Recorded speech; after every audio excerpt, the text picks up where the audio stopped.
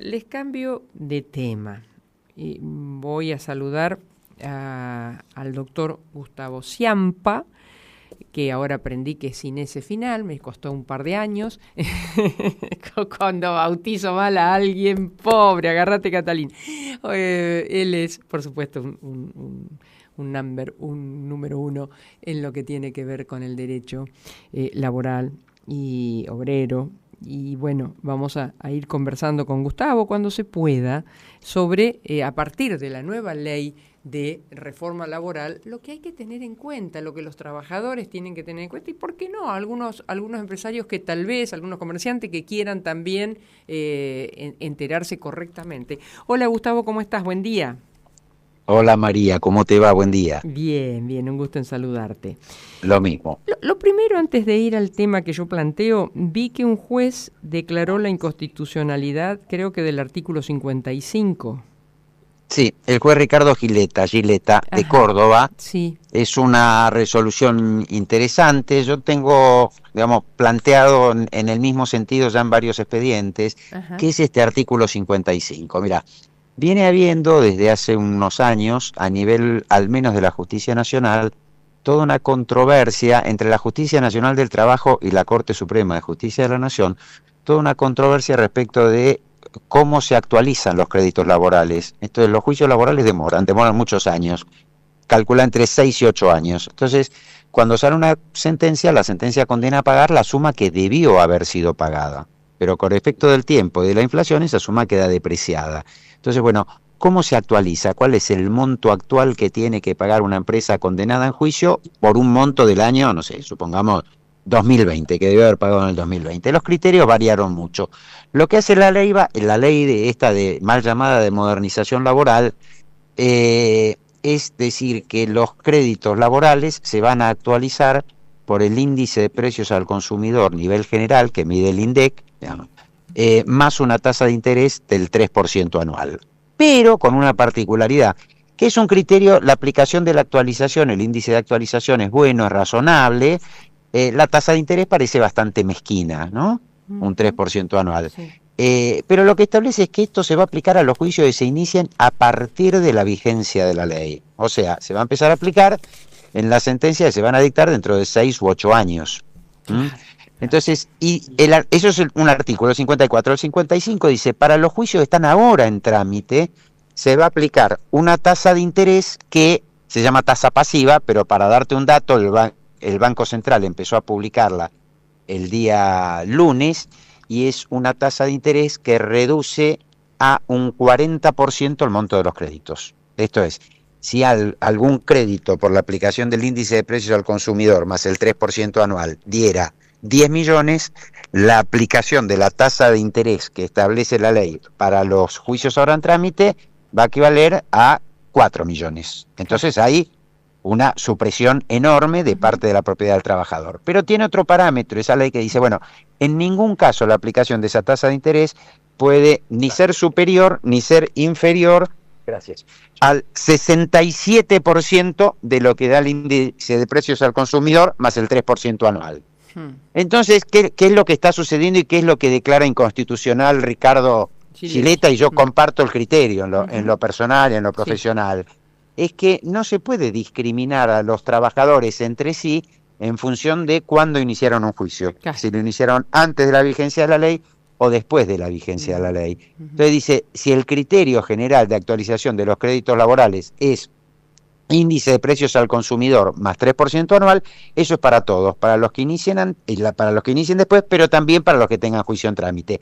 Y esto es lo que declara inconstitucional. No hay razón alguna que lleve a que se le quite a un trabajador el 33% de su crédito que integra su derecho de propiedad y se lo deje en poder del empleador, que es el deudor incumplidor moroso. Claro, claro. ¿De dónde viene esto del 33%? Esto viene de un fallo de la Corte Suprema de Justicia de la Nación, pero en un caso diferente, pues se puso ese 67% para mejorar la situación de los trabajadores, y acá se lo está usando para empeorar la situación de los trabajadores. Y ese 67 viene de una vieja doctrina en materia de expropiaciones, que cuando hay una expropiación de un bien, y el Estado tiene que indemnizar a la persona a quien le expropia, lo que pague no puede ser inferior al 67% del valor real de eso que expropió. ¿Y por qué puede haber alguna afectación? Porque hay razones de utilidad pública y bien común. Trasladar eso al plano laboral para que la plata del trabajador se la quede el empleador, no hay razones ni de utilidad pública ni de bien común. Gustavo, entonces, por eso se declaró inconstitucional. Perfecto. ¿Esto puede ser el inicio de otros artículos para que se declare inconstitucional esta ley? Mira, en lo inmediato, lo que ya se está planteando, yo te decía, yo ya lo tengo planteado, es la inconstitucionalidad de este artículo y además la inconstitucionalidad de otro porque son aplicables a los juicios que estén en trámite. Pero los demás serán juicios futuros. Los demás de la ley van a ser todos juicios futuros y planteos de inconstitucionalidad. Esto, fíjate, la ley ya entró en vigencia el día lunes y ya están los planteos de inconstitucionalidad claro, la inconstitucionalidad.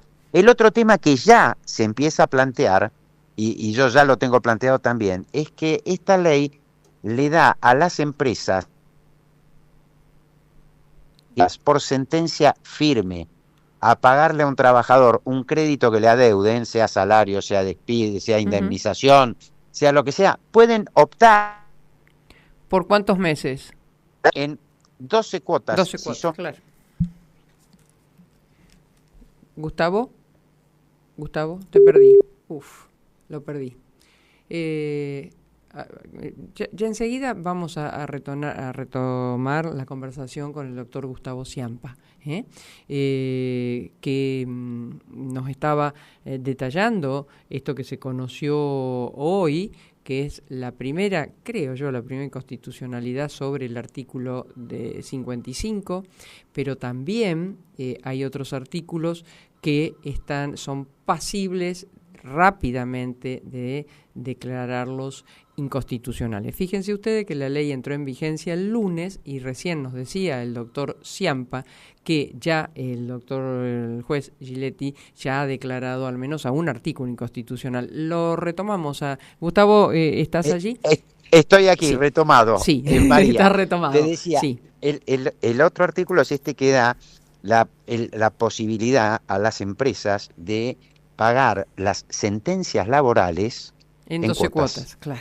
En 12 cuotas si son pymes, en 6 cuotas si son grandes empresas. Y esto es inconstitucional en primer lugar porque obliga a un acreedor, trabajador o trabajadora, acreedor de un crédito de naturaleza alimentaria, decimos nosotros, y además, conforme dijo la Corte Suprema en su momento, sujeto de preferente tutela constitucional, lo obliga a aceptar un pago en cuotas cuando ningún acreedor está obligado a aceptar un pago en cuotas. Claro. Entonces, esto por un lado afecta su derecho de propiedad, pero además hay un tema de discriminación, de trato desigual ante la ley, porque el único acreedor que pasa a estar obligado a aceptar un pago en cuotas es el trabajador acreedor, no otros acreedores, no los acreedores civiles, comerciales, no tienen esa obligación de aceptar que sus deudores opten por pagarle en cuotas, y además por un segundo círculo de discriminación peyorativa, que es en el propio tratamiento que hace de los trabajadores y trabajadoras. Porque fíjate, los obliga a aceptar que sus acreencias, sus créditos, los tengan que aceptar en pago de 6 o 12 cuotas, pero no les da la posibilidad de que sus deudas las paguen en 6 o 12 cuotas. Claro. Que sería, si me obligás como trabajador, como trabajadora, a que lo que me tienen que pagar después de una sentencia definitiva y después de un juicio de entre 6 y 8 años, yo lo tenga que cobrar en 12 cuotas, dame también la posibilidad de no pagarle más a mis acreedores y que una vez que me hagan el juicio y me lo ganen, yo pueda decir, bueno, y ahora lo pago en 12 cuotas. Claro. Esto es la luz, el gas, los bancos, la compañía de seguro, el negocio de la esquina, todo lo que... El colegio de los chicos, la obra social, todo. Claro, claro. Gustavo... Y esto yo creo que también va a ser declarado inconstitucional prontamente. Bueno, hasta aquí la primer mirada, dado que el juez rápidamente intervino, bueno, vos también has presentado y supongo que otros abogados también... Sí, claro. Hacer esto, ¿no? Ahora, si vos mirás la ley, lo primero que le dirías a un trabajador, después vamos a ir con el tiempo desmenuzando a partir que aparezcan las cosas, pero lo primero que le dirías es que preste atención en qué.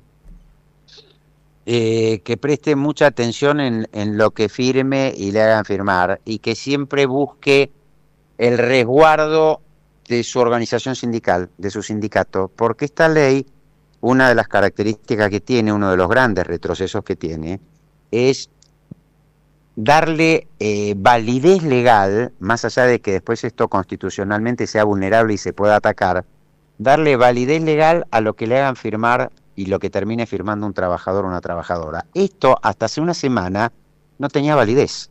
En materia de derecho al trabajo rige un principio, o región principio, que se llama primacía de la realidad. Entonces no importa lo que las partes de un contrato firmen, lo que importa es la realidad. No importa que las partes de un contrato digan esto no es una relación laboral, esto es una locación de servicio, una locación de obras, pues si se daban las características de una relación laboral, la ley te decía lo que hay es una relación laboral más allá de lo que firmen las partes. A partir de la sanción de esta ley, si las partes firman que no es una relación laboral y que es una locación de servicios, una locación de obras, que son contratos civiles, para la ley, no hay derechos laborales. No es una relación laboral y no hay derechos laborales. Como esto, muchas cosas más. Si hasta la semana pasada un trabajadora afirmaba que aceptaba trabajar 12 horas por día, que no le paguen las horas extra y que le apliquen el banco de horas, eso era ilegal, y en cualquier momento ese trabajador podía decir, mire, esto no tiene ningún valor, lo que yo firmé, porque la ley lo nulifica. Bueno, a partir de esta ley, lo que firme el trabajador en ese sentido se lo van a hacer valer. Claro, en los términos de la ley. Él podrá decir, mire, constitucionalmente es inválido. Claro. Pero lo primero es, claro, mira, si salvo que no quede otra que firmar algo para mantener una relación laboral, para acceder a un empleo, para que no te despidan, bueno, hacelo, firmalo y después con tu organización sindical, con tu abogado, con tu abogada, tratarán de repelerlo en el momento que estés en condiciones de repelerlo. Pero hoy hay que tener mucho más cuidado porque la ley convalida situaciones que hasta hace una semana eran ilegales. Gustavo, como siempre, un placer, y cada tanto vamos a ir analizando estas cosas, ¿no? Que son, yo digo, que estemos todos atentos, porque ha cambiado y mucho el derecho laboral. Cambió muchísimo. María, para mí un gusto, como siempre. Gracias. Y prontito nos volvemos a hablar. Claro que sí, Chau. Gracias. Hasta luego. El doctor Gustavo Sciampa, especialista en Derecho Laboral Obrero.